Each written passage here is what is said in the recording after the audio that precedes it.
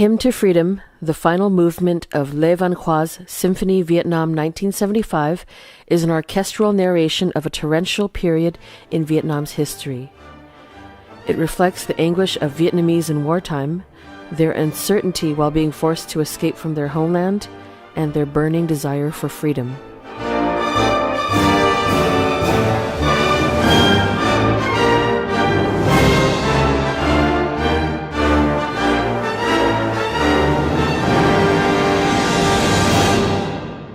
It was the first time a Vietnamese symphony was performed internationally by orchestras in Kiev, Ukraine, Melbourne, Australia, California, Massachusetts, and Virginia, United States.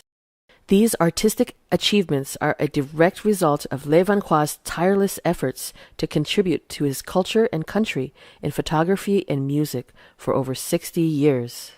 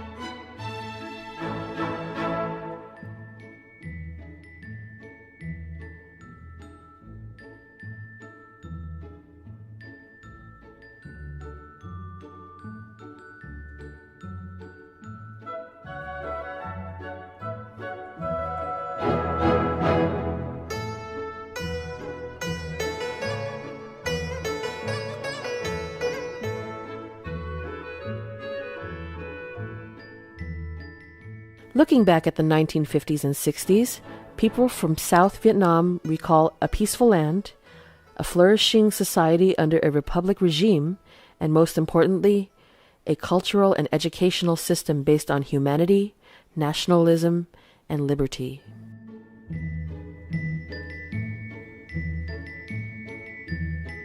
The fourth movement of Symphony Vietnam 1975 channels the beauty of the Full Moon Festival of South Vietnam in the 1950s and 60s.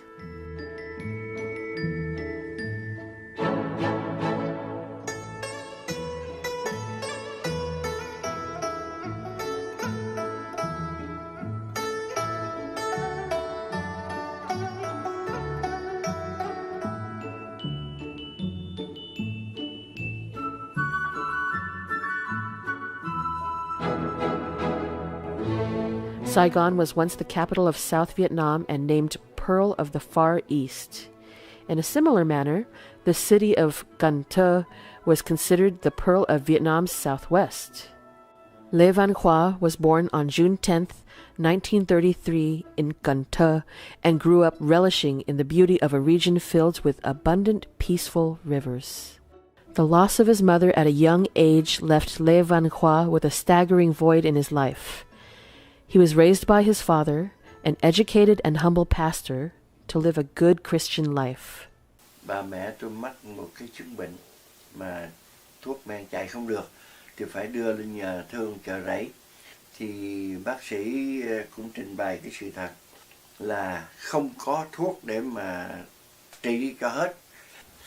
Thì tôi nhớ trước khi mà chết, mẹ tôi có căn dặn bố tôi phải ráng làm sao cho con cái nó học hành đến nơi đến chốn. Rồi mẹ tôi qua đời, một cái kích động rất lớn ở trong cái tuổi thơ của tôi. Tôi cảm thấy hận đời. Tại sao mẹ tôi phải chết? Rồi chiến cuộc tràn lan, rồi phải di tản khỏi Cần Thơ. Rồi sau đó tôi theo ông anh cả đi xuống Sóc Trăng. Rồi sau đó bố tôi mới được lời kêu gọi, cho nên bố tôi mới lên Sài Gòn để mà làm việc cho giáo hội. Le Van Khoa plunged into adult life as a young teenager in the midst of an escalating war, trading innocence for maturity as an increasing number of troops from the north invaded the south. The 20-year lifespan of the Republic of Vietnam mirrored the 20-year period where Le Van Khoa engaged in various social and cultural activities, including children's education, religious work, photography, and music.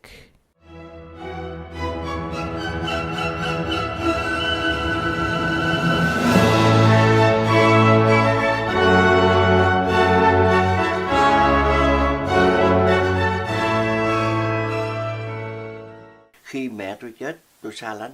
Sau đó cái mình mới hồi tâm. Thì tự nhiên tôi có ra một cái sự liên đới nào đó giữa thân phận mình và thân phận của những em bé mồ côi kia. Lê Văn Khoa saw the plight of children who lost their families at war and were forced to wander the streets of Saigon.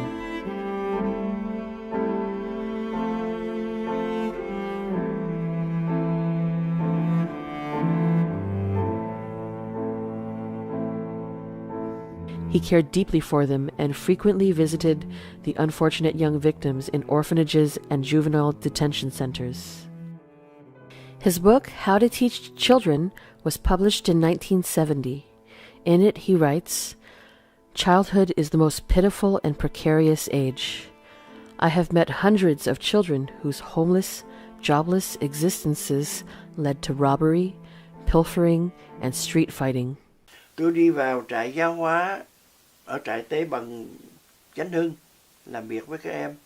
Tôi nói chuyện với các em và các em nào cũng có vẻ rất là cởi mở. In the hopes of finding effective guidance for these children, Lê Văn Khoa implemented a new teaching method at a Christian elementary school. After that first step, he launched the Kids World TV show in October of 1967 on Channel 9 of Vietnam Television.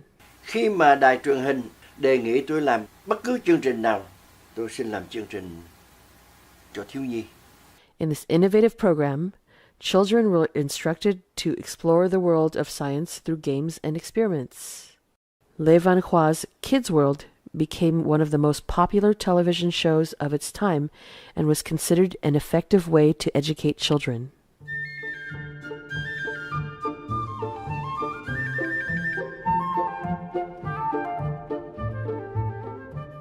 Professor Nguyễn Thanh Liêm commented on Lê Văn Khoa's education program for children.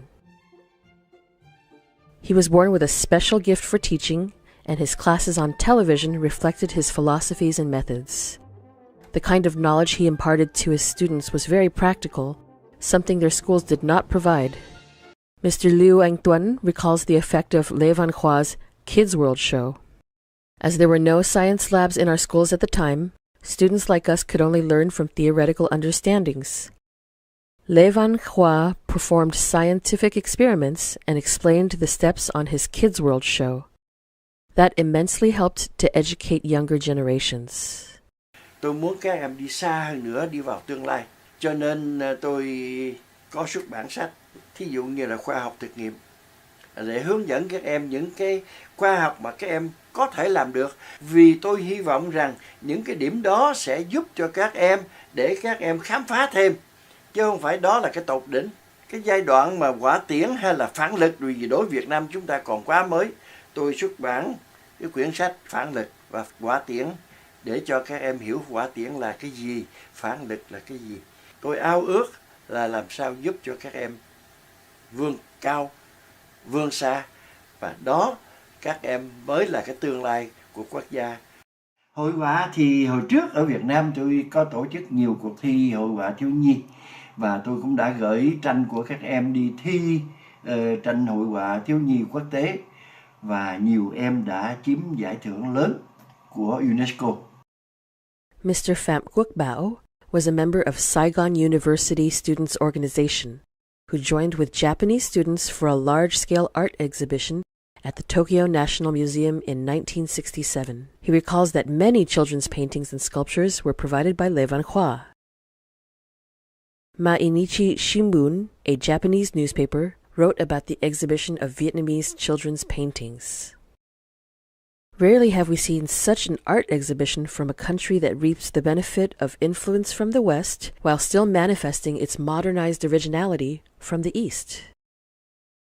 In recognition of his contributions to South Vietnam's culture and arts, the Ministry of National Education, the Ministry of Information, and the Joint Chiefs of Staff awarded Lê Văn Khoa first and second class medals, and an honor award in education and psychological warfare. Lê Văn Khoa was also editor-in-chief of Thời Triệu publishing house, which specialized in books on religion and family education. Có lần thì anh đưa tôi đến chỗ nhà của anh ở. Thật ra nói cái nhà thì nó không có đúng. Ở đó là cái nhà in của cái giáo hội Tin Lành ở ngay cái góc Phú Nhuận đó. Anh đưa tôi lên trên cái gác ở. Trời đất ơi, tôi thấy cái cuộc sống anh rất là đơn sơ. Anh ở trên gác anh trải cái mấy miếng giấy đó, anh làm cái giường của anh nằm trên đó. Người ngoài thì có thể nhìn ảnh thấy ảnh cuộc sống rất là có lẽ cô đơn lắm, nhưng mà với vợ chồng tôi thì anh ấy là một người có sức sống rất là mạnh mẽ.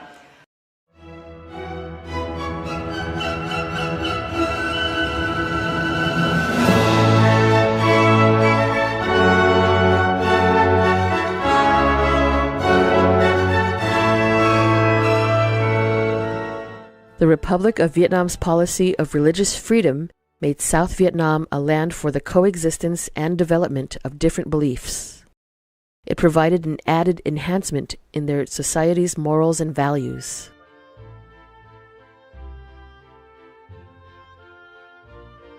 The sacred beliefs bestowed upon Lê Văn Khoa by his father, a pastor, helped him overcome obstacles in life and followed him through various social activities and artistic endeavors. In his book, Teaching Children, children should acclimate themselves to the reverent, purifying atmosphere of the cathedral, where they receive a source of hope that might help alleviate the sufferings they encounter in life. As a longtime devotee to the Seventh-day Adventist Church, Lê Văn Khoa was the main contributing author to the church hymnal and also served as director of the choir.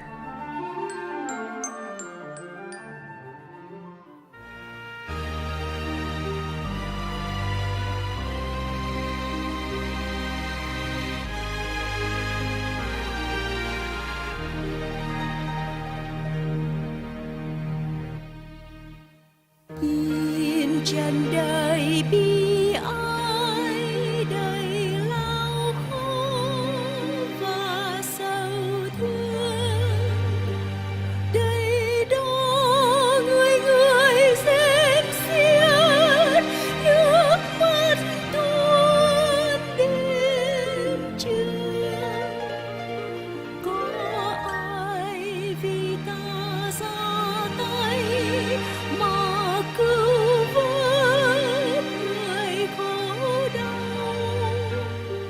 Có ai đem ban niềm vui và tình thương hiến cho dân giàu?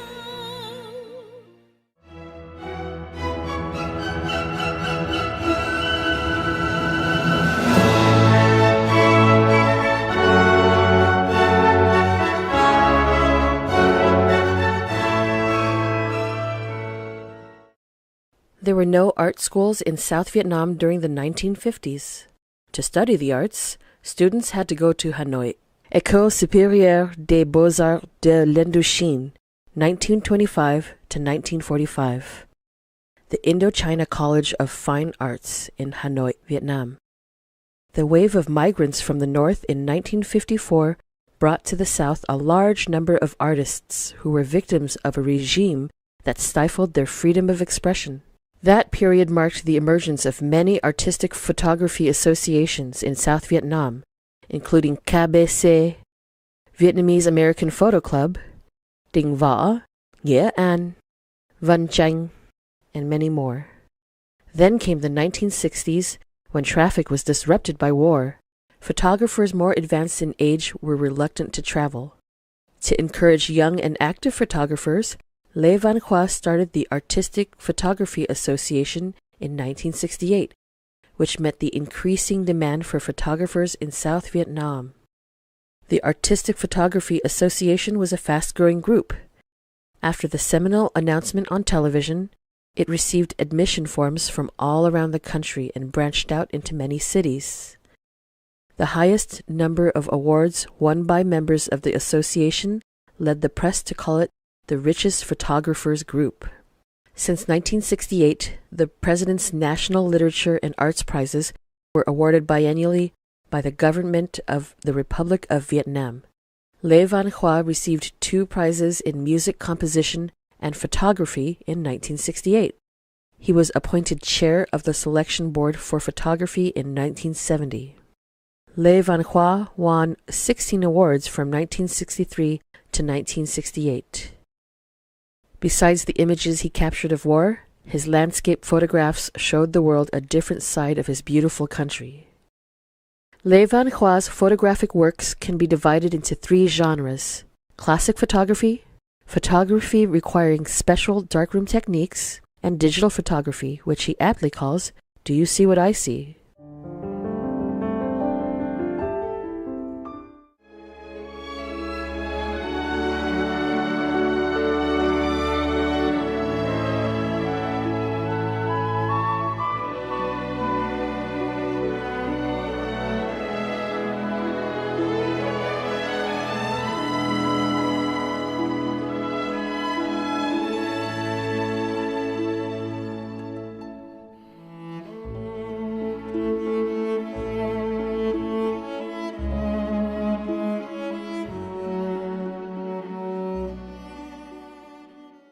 In Up in the Hills, grafting techniques are used to give the impression of 2 lactating breasts, an abstract visual representation of his motherland, Vietnam.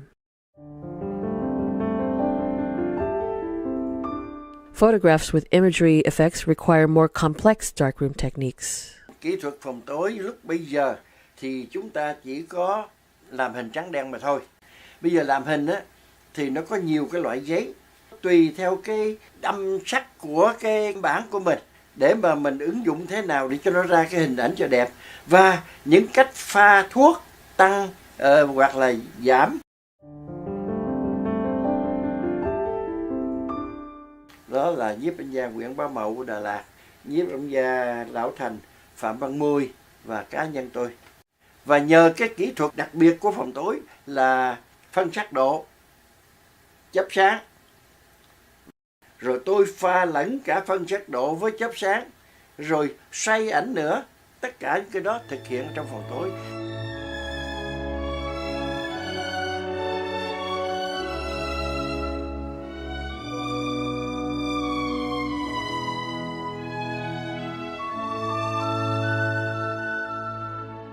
Vào thập niên 1960, 60 ngoài thì cái đó là cái gì quá ư mới mẻ trong khi thế giới chưa có computer. Anh Khoa có một cái What's special about Khoa is that he only used photography for his works, strictly photographic. But when you looked at his photographs, you might think they were paintings.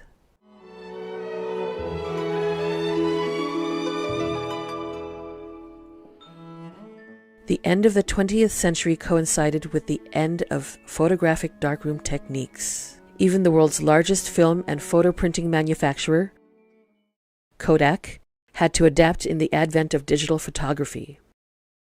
Le Van Khoa's concept of abstract photography, initiated in the late 60s with his breast engorgement photograph, has kept pace with the modern movement, which can be seen in his current most period of photography, Do You See What I See?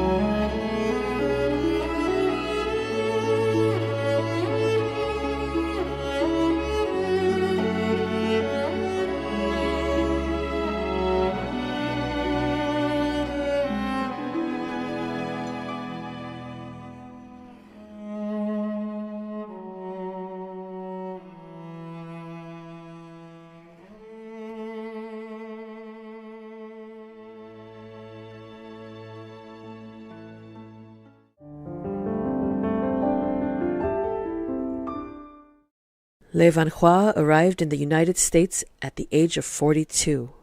He started his new life working on a farm in Maryland. Ở đây là Jerusalem, nơi mà tôi đã sống cái mùa đông đầu tiên ở trên nước Mỹ, 1975. An American doctor recognized Le Van Khoa's talent and introduced him to Salisbury State College, Maryland, where he taught photography and exhibited his photographic works in many states in 1976 and 1977. John Broad Peters, one of 10 American art critics to receive media awards in the news, wrote about Le Van Khoa in his article.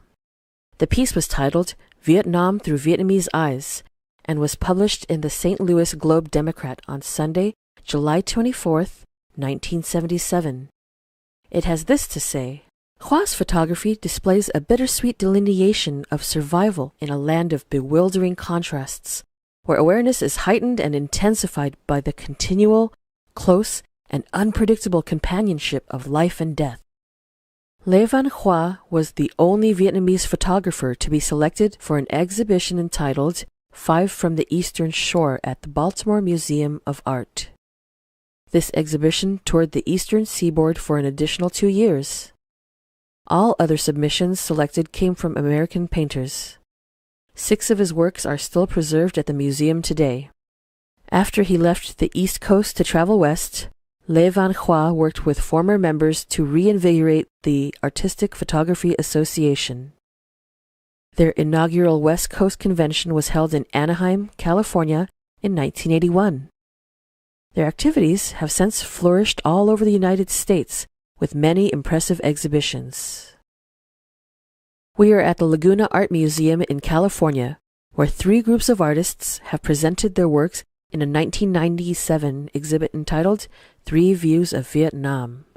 Le Van Khoa's photographs have caught the attention of viewers, and 2 of his submissions, Rescue and Into the Whirlwind, are heralded by the Los Angeles Times.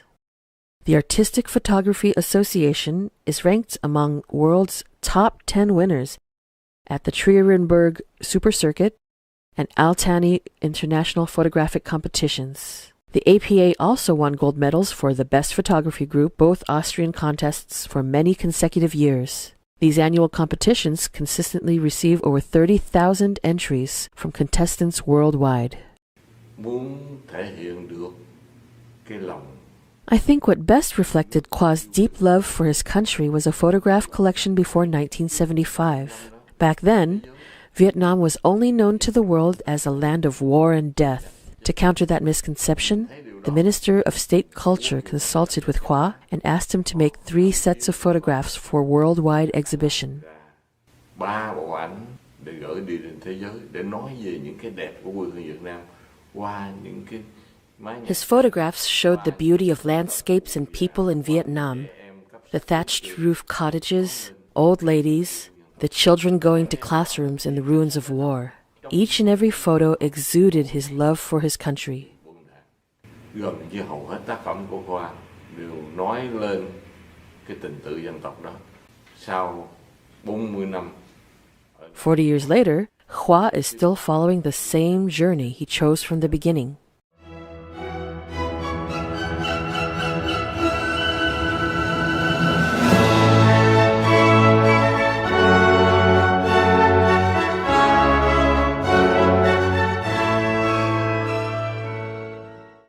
From his days of youth in Vietnam and into the present, of all constituents of the arts, Le Van Khoa devotes most of his time and energy to music. Besides his special gift, luck played a part in connecting him to music.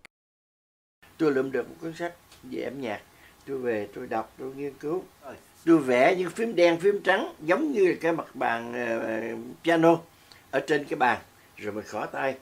Mà trong khi khỏ tay như vậy, mình ráng tưởng tượng ra cái âm thanh. Một hôm, ở trong nhà thờ, có cái đàn piano, mình bị cám dỗ quá. Mà khi cái tay đặt vô cái phím đàn, nó phát ra tiếng làm tôi giật mình.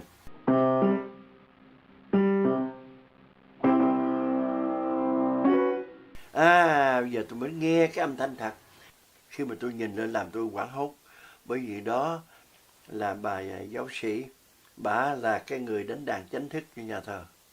Xong cái buổi lễ rồi, bà nói đến thì bà dạy cho bà không lấy tiền. Đó là bà giáo sĩ Evelyn Wallace. Cái biến cố 54, nhạc sĩ ở miền Bắc vào Nam. Và những người nhạc sĩ ở miền Bắc thì là họ năng động. Thành ra họ mới làm chương trình này, chương trình kia, họ trình diễn. Họ được tự do, viết theo cái mà họ muốn. Nhờ đó mà có những tác phẩm lớn.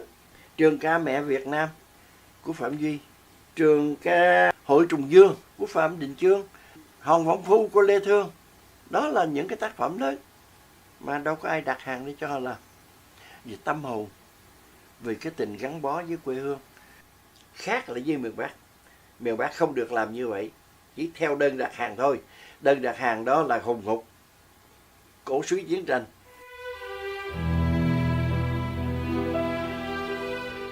In 1953, 20-year-old Lê Văn Khoa plays in a band whose musical programs are broadcast weekly on French Asian radio and on Vietnamese national radio. He is also the pianist for the Nordum Theatre Talent Show from 1954 to 1955. Từ 1952-53 thì tôi đã có những tác phẩm âm nhạc được trình diễn trên đài phát thanh quốc gia Việt Nam. Rồi tôi có gửi 2 tác phẩm dự một cuộc thi sáng tác nhạc toàn quốc, lúc bây giờ phải gửi ra Hà Nội để thi. Năm 1953 thì tôi được tin là tôi trúng giải thưởng cả 2 tác phẩm. Bây giờ mình muốn đưa nhạc Việt mình đi thì mình phải làm sao để mà hòa đồng được với thế giới. Cho nên tôi ngừng, tôi không viết ca khúc nữa và tôi chuyển qua để viết đại hợp ca với dàn nhạc giao hưởng. He then sat as composer and conductor of the Adventist and Trung Dương choirs, who performed on Vietnamese television, at the French Cultural Center, and the Vietnamese American Association. Lê Văn Khoa wrote many songs that reflected the damages of war. In his song cycle, Vietnam, My Beloved Country, Lê Văn Khoa mourns the destruction of his beautiful homeland. Let Your Tears Flow, another song cycle, depicts the fate of a people devastated by war, and Sunrise on My Fatherland voices his optimism towards a brighter future. 3 musicians of South Vietnam, Phạm Nghệ, Vũ Thành, and Lê Văn Khoa, spearheaded a project for the Vietnam Music Institute to work with the existing National Conservatory of Music. Their project was submitted to the government for approval. Cái ý kiến đó là của nhạc sĩ Phạm Nghệ. Ông là người miền Trung, Vũ Thành là người miền Bắc, tôi là người miền Nam. Ông Phạm Nghệ muốn kết hợp lại để mà thực hiện, lập một cái nhạc viện. Là chúng tôi sẽ liên lạc với các nhạc viện thế giới để gửi những cái nhạc sinh giỏi đi ra ngoài học. Hy vọng rằng họ sẽ trở về để cho các nhạc sinh trẻ của Việt Nam có cơ hội hấp thụ được những cái hay hơn. Thành ra lập dự án rồi nộp Bộ Nội vụ. Khi họ chấp thuận thì là vào đầu 75 rồi. Lúc bây giờ mình đã bắt đầu di tản, chúng tôi cũng không dám xúc tiến thêm. Their efforts for the development of South Vietnam's conservatory were cut short on the nation's darkest day, April 30th, 1975. Under the dire circumstances, Lê Văn Khoa decided to leave Vietnam.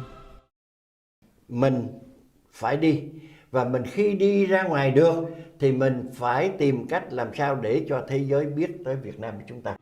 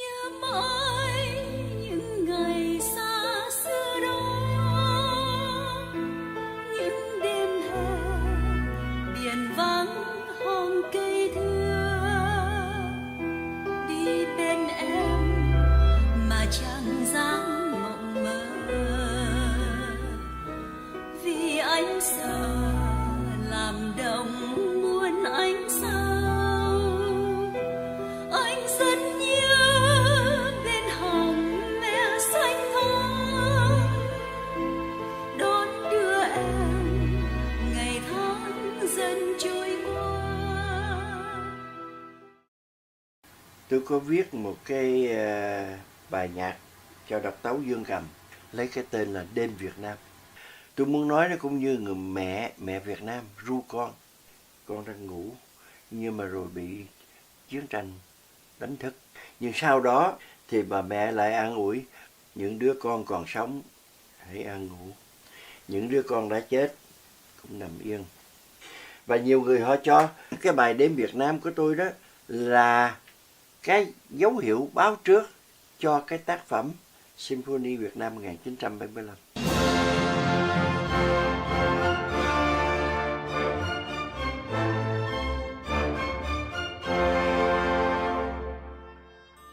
In 1985, Lê Văn Khoa suffered a tragic heartbreak when his father passed away in Vietnam. Halfway across the world and unable to return home, he channeled his unspeakable grief into Symphony Vietnam 1975.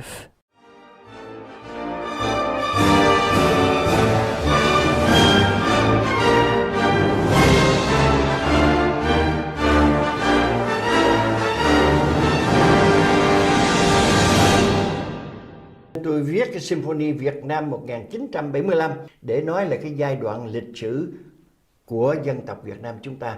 Từ một Việt Nam thanh bình, rồi bị Cộng sản đến chiến tranh loạn lạc, rồi có những hành âm diễn tả cái bão tố của những người vượt biên. Họ gặp bão tố, họ gặp cướp biển vân vân.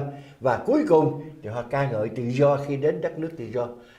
Khi mà tôi nhờ cái ban hợp ca bên Ukraine hát để làm nền, họ biết được ý nghĩa của bài này và họ xin được dịch ra tiếng Ukraine để họ hát. Vì họ cũng đã bị ách đô hộ của Nga trên 70 năm. Cho nên khi họ thoát được ách Nga thì họ rất vui để mà họ cũng ca ngợi tự do như chúng ta.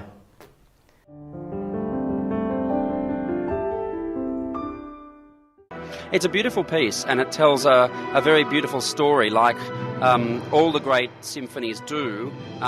It tells a story in music of real people and real time in history. And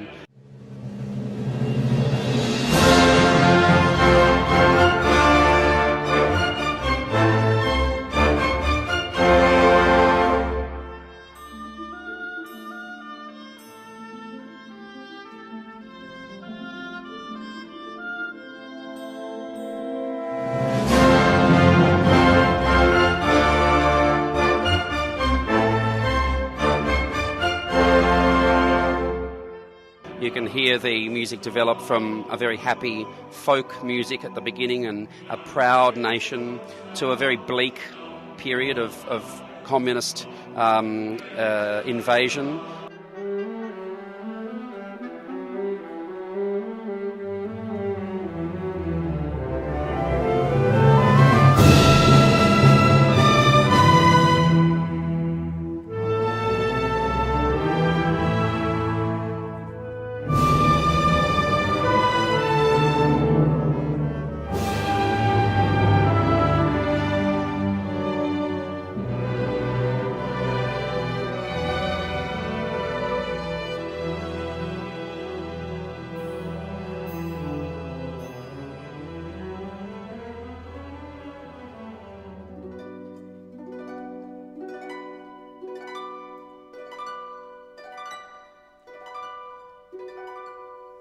And you can hear the music change. It becomes very modern and very stark. There are lots of very almost unsettling sounds, very strident notes and big gaps in the music, like a country's broken.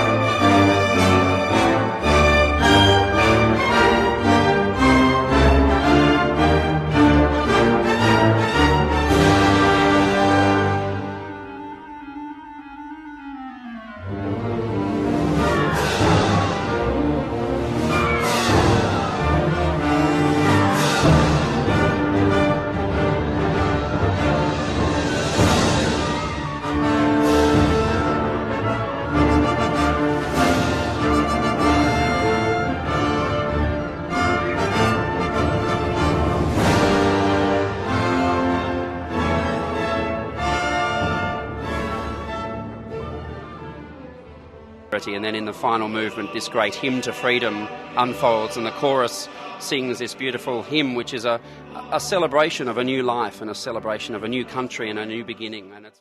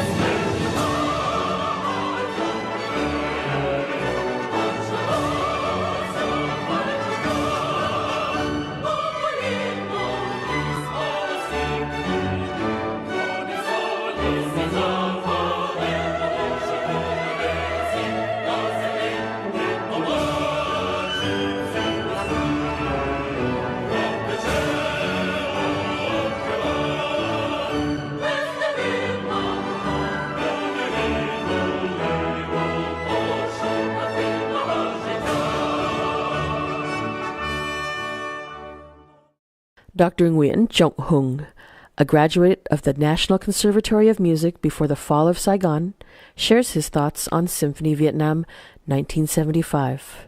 With the creation of Symphony Vietnam 1975, composer Le Van Khoa has shown us he is a master and innovator. He has melded Western and Eastern instruments and sonorities, giving them equal roles within the symphony orchestra. So in 2005, Symphony Vietnam 1975 was performed and recorded by the Kiev Symphony Orchestra in Ukraine. On October 22, 2005, at Melbourne Town Hall in Victoria, Australia, conductors Andrew Wales and Le Van Khoa directed the Royal Melbourne Philharmonic Orchestra and Vietnamese Community Chorus in a program commemorating 30 years since the Vietnamese exodus. In 2010, the Kiev Symphony Orchestra toured the United States under the baton of Matthew McMurrin and Le Van Khoa. They performed Khoa's compositions in a commemorative 9/11 concert near the nation's capital called An Ode to Freedom on September 11, 2010.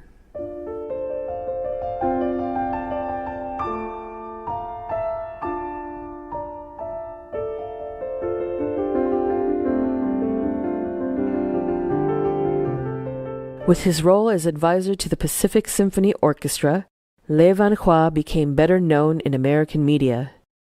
Orchestras began to perform his music, including the Pacific Symphony Institute Orchestra, 1995, and the Pacific Symphony Orchestra, 1996 to 1998.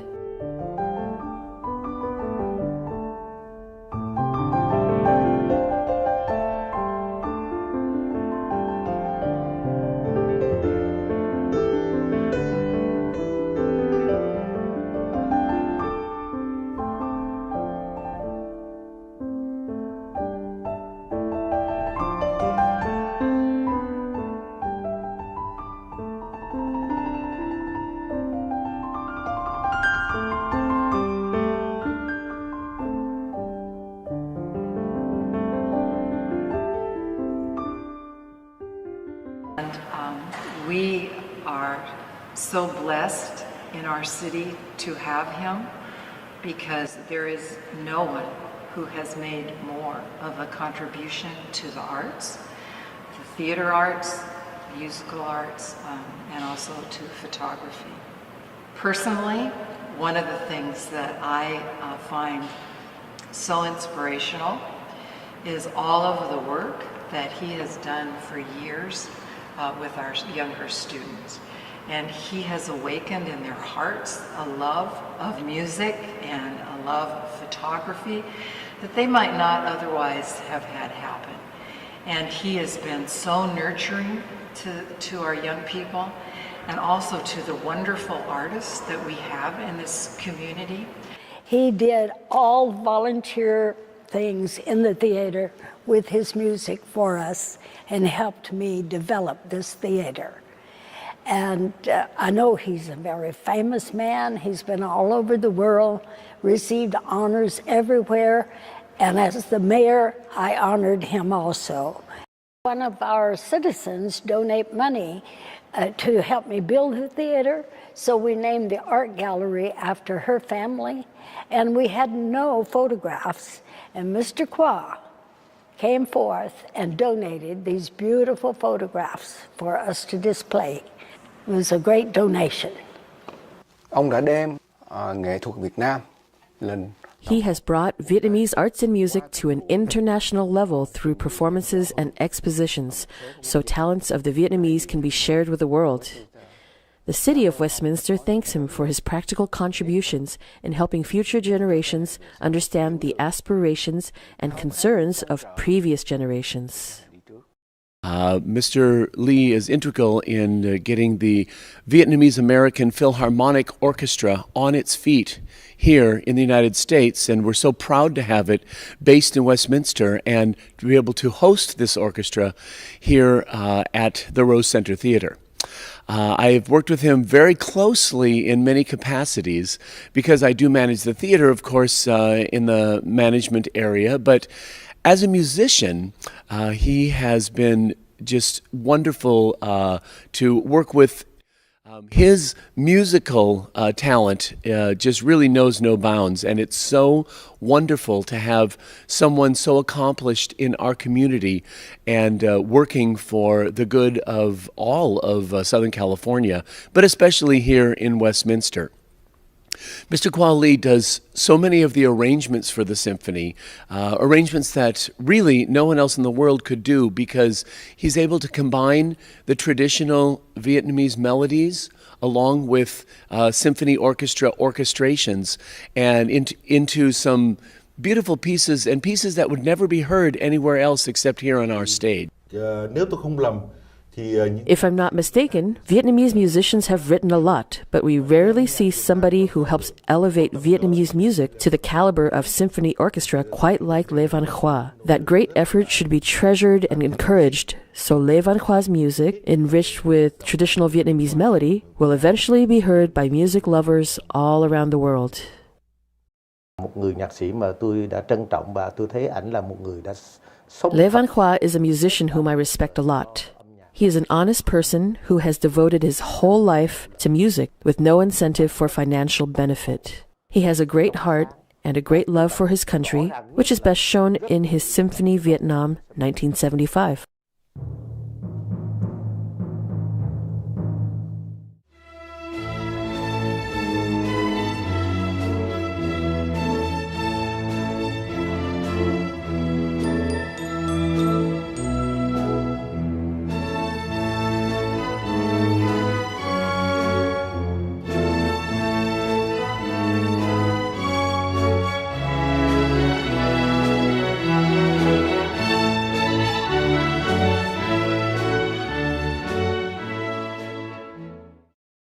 Lê Văn Khoa's music debuted in 1975 at Loma Linda University in California. He continued to write choral arrangements of traditional Vietnamese songs, featuring instruments ranging from piano to orchestra. In 1980, the Thùy Dương Quartet with Chun Chuk became the first choral group Khoa conducted in America. With the establishment of the Ngan Khơi Chorus in 1987, performances of Vietnamese music were better organized and began to flourish.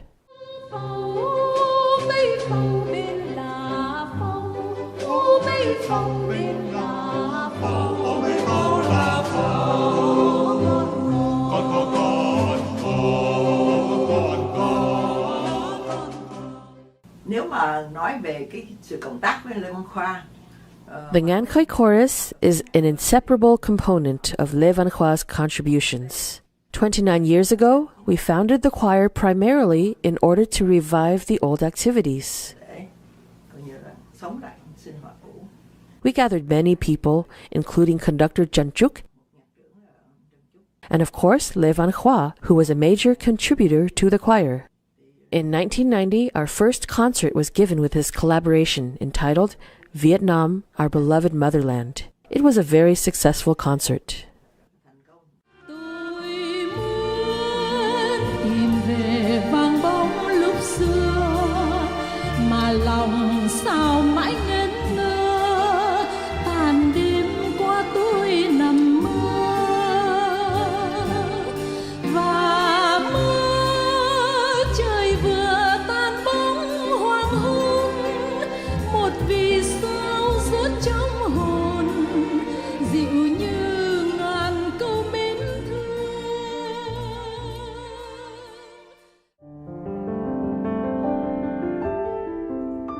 Tôi nghĩ rằng mình làm sao phải nuôi dưỡng ở trong cái giới trẻ cái tư tưởng để mà lớn lên họ có thể làm được những việc lớn.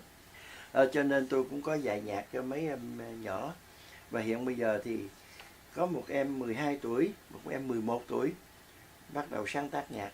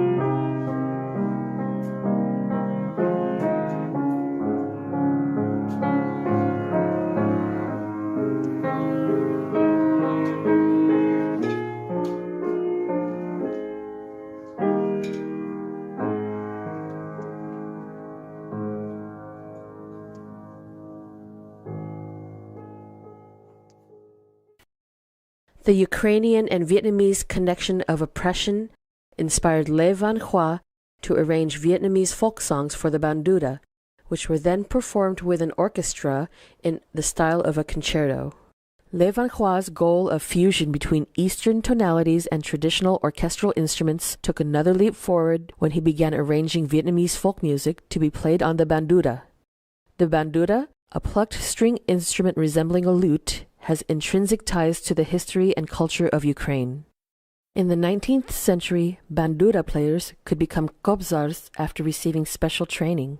These kobzars, often blind from childhood, would travel from town to town singing dumwe, a poem song, to promote the Ukrainian national cause. During the occupation of Ukraine, the Poles banned Ukrainians from using the banduta. When Ukraine was forced to be a part of Soviet Union, the Russians drew the same conclusion that this national instrument was a threat to their power. In 1933, Joseph Stalin held a conference in Kharkiv calling upon all Ukrainian kobzars to attend. Those who did were executed. Le Van Khoa related the bandura's history to his own experience. When the Vietnamese communists took over South Vietnam, all books and materials printed before 1975 were destroyed. The music of South Vietnam was banned, and many musicians were sent to concentration camps. My name is Taras Stolyar. I am a bandura player. We have just recorded with the Kiev Symphony Orchestra. The bandura is a national Ukrainian instrument, and I am here performing a kind of a Vietnamese folk song arranged by Le Van Khoa. The bandura's sound was very organic here. There are not many Ukrainian composers who would dare to use the bandura so interestingly.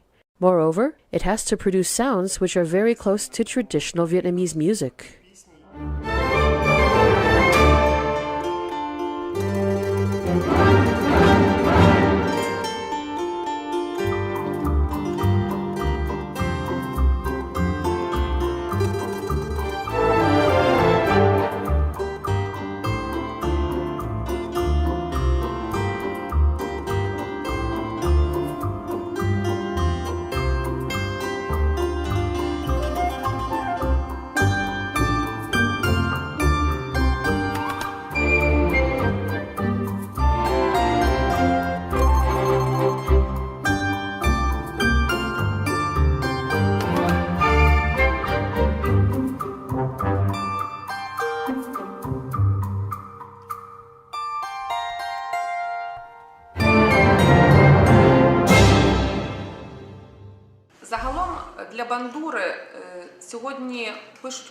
I am a professional bandura player.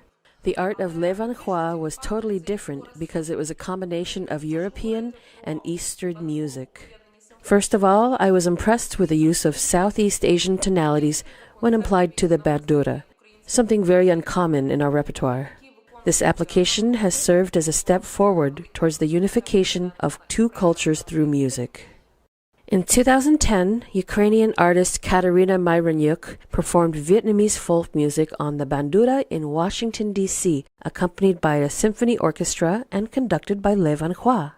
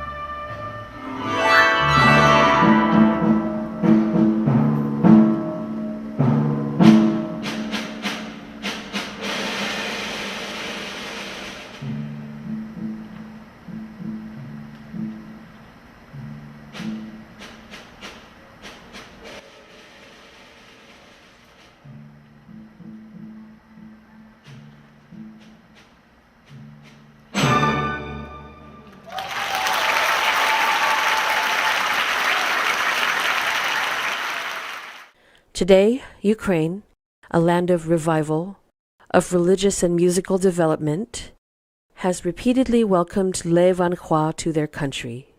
He has made numerous recordings there and has donated his books to music schools in Kiev. Through Le Van Khoa's relationship with the Kiev Symphony Orchestra, Vietnam Film Club visited Ukraine in 2012 and recorded the Republic of Vietnam's national anthem for its documentary, Soul of Vietnam, Vietnamese National Flag and Anthem.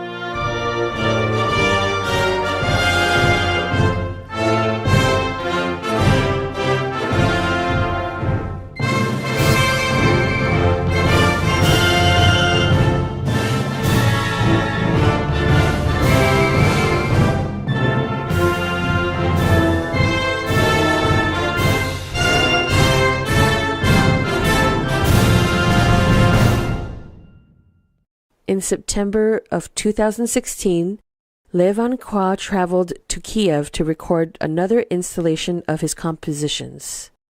At that time, Vietnam Film Club traveled with him to interview some of Ukraine's most successful conductors, performers, researchers, and music professors. These interviews show us how Le Van Khoa's musical outreach has touched the hearts of people in different parts of the world. This music by Le Van Khoa won my heart. It was a great discovery for me because all the power and greatness of Vietnamese people was revealed in his music of this particular symphony. The way he captured the turmoil of the Vietnamese War and the struggle of the people was incredible. He vividly expresses the pain of war on the pages of his symphony to such an extent that it deserves broad recognition.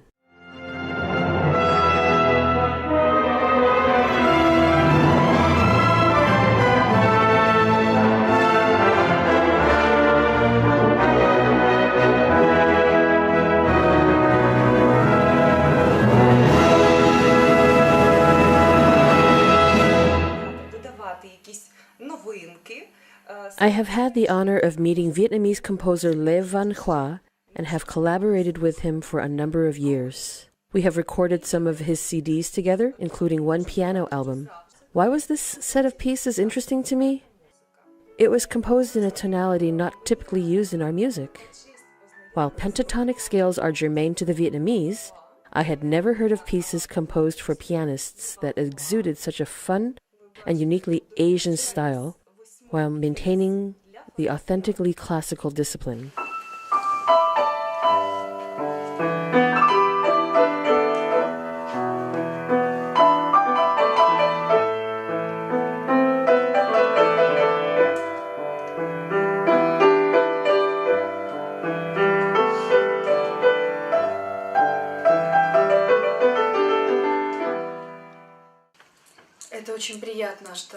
I have performed many of his pieces of music. Within Khoa's skill set lies a great diversity. He is a prolific composer. There are instrumental solos, solo instruments with orchestra, songs for choir, and piano duets.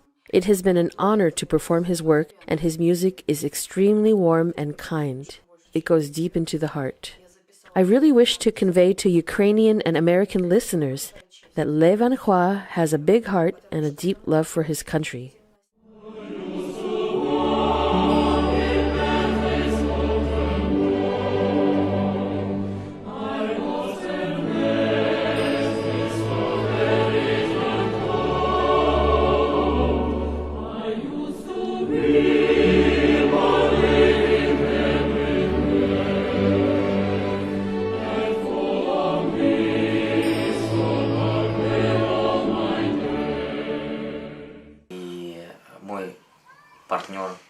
There is one important detail about his creative work.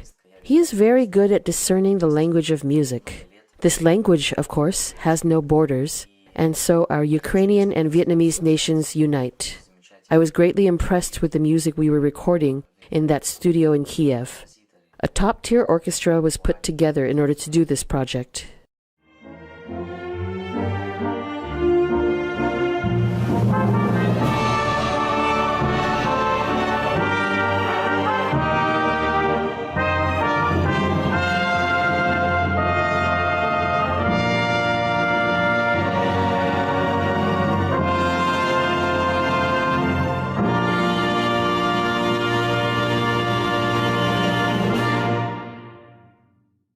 We are very happy that your group came here to record beautiful pieces where Levan Khoa used the most ancient Ukrainian music instrument, bandura, which originated from kobza by adding an extra set of strings.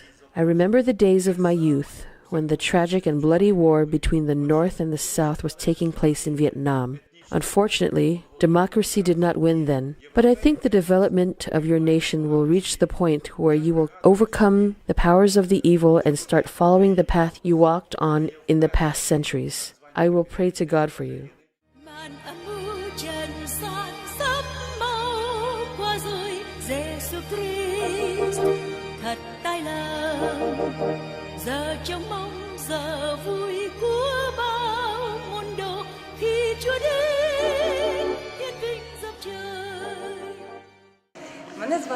I am an established violinist in Ukraine. I am very thankful that fate brought me together with such a wonderful musician and composer such as Levan Khoa.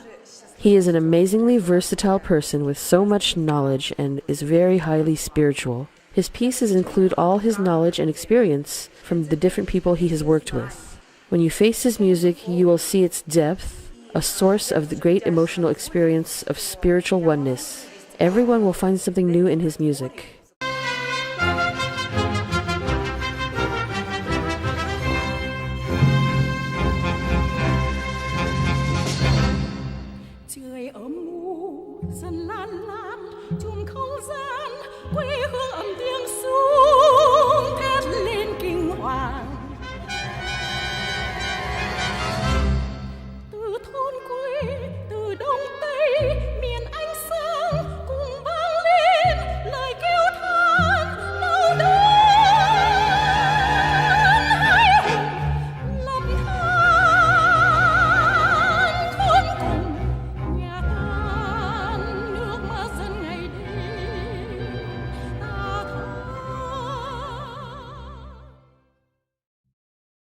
In his efforts to introduce Vietnamese music to the world, Levan Khoa has used different genres, arrangements, and instrumentations. Categories of Levan Khoa's music: songs, religious music for children, violin solo, cello solo, flute and orchestra, piano solos, piano duets, quartet, orchestra, music for children.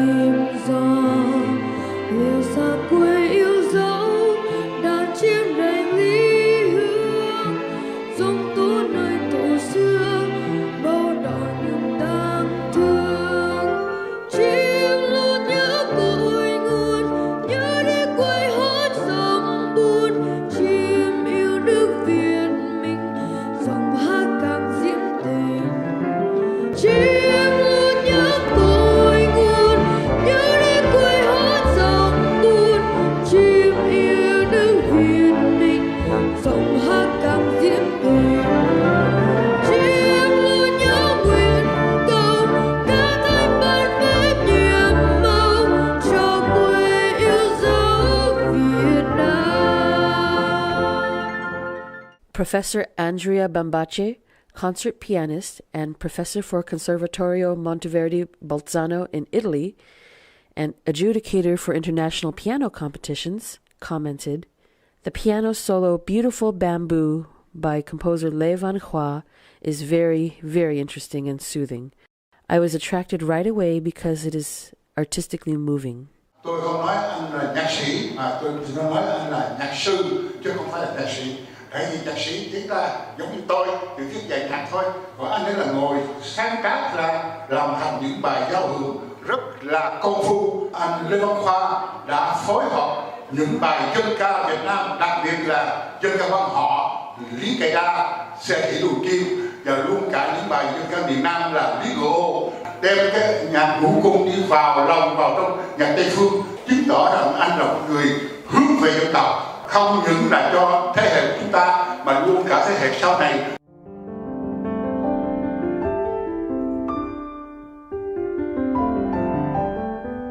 In a cozy California home, Lê Văn Khoa's family members have always been an especially close-knit network, supporting each other in all their endeavors. His wife of 40 years, singer Ngọc Hà, accompanies him to all photography exhibitions and musical performances.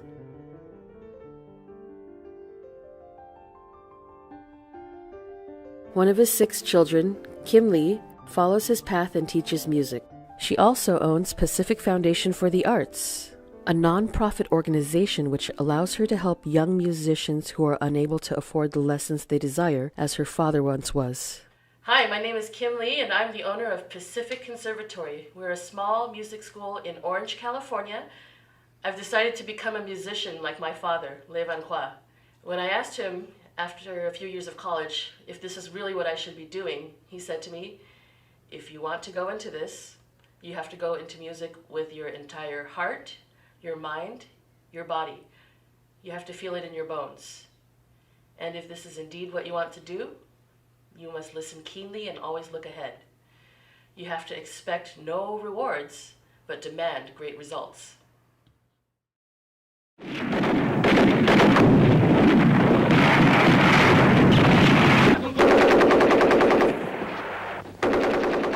The Vietnam War claimed millions of lives from both parts of the country. The end of the war also meant a second diaspora, where millions fled the specter of communism. More than 500,000 died in their quest to freedom. After facing permanent separation from his motherland, Lê Văn Khoa began a mission to preserve and promote the Vietnamese culture. Lawyer Phạm Kim Vinh authored a book on Lê Văn Khoa, commenting that Khoa has turned photography, music, cinema, and educational work into weapons that defend the honor and culture of the Vietnamese people. Lê Văn Khoa has devoted a lifetime of work to the understanding and tolerance of Vietnamese culture in America. He uses photography, music, and film to forge a better understanding between Eastern and Western cultures. He has been recognized for his contribution on the education of youth through his Vietnamese television shows and for his orchestral compositions, which have been performed worldwide.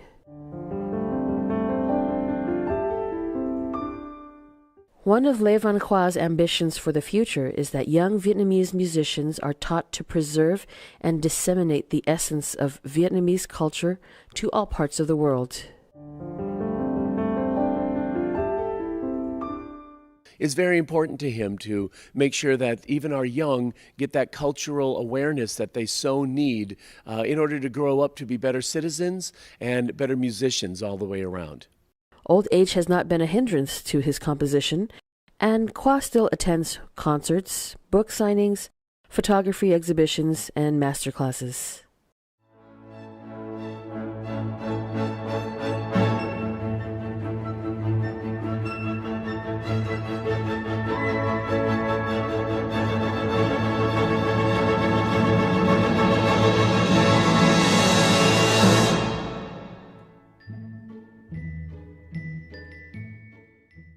Lê Văn Khoa's contributions to his country in arts and culture, a journey spanning over 60 years, can be summarized into two categories. His concerns for younger generations, from orphans to art-loving children, and his ideal that Vietnamese music should transcend the borders of a country and should reach all parts of the world. Tôi xin khuyến khích các bạn trẻ nên làm với tâm hồn của mình, mà đừng nghĩ tới cái lợi nhuận.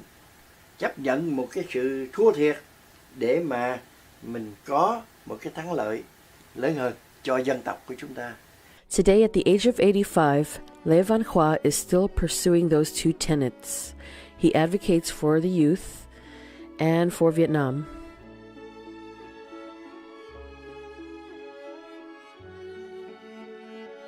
Lê Văn Khoa has often dreamt of what life would be like if he were to return to his homeland. In his heartbreaking song, I Shall Return, he reflects upon the quiet dreams of Vietnamese people all around the world.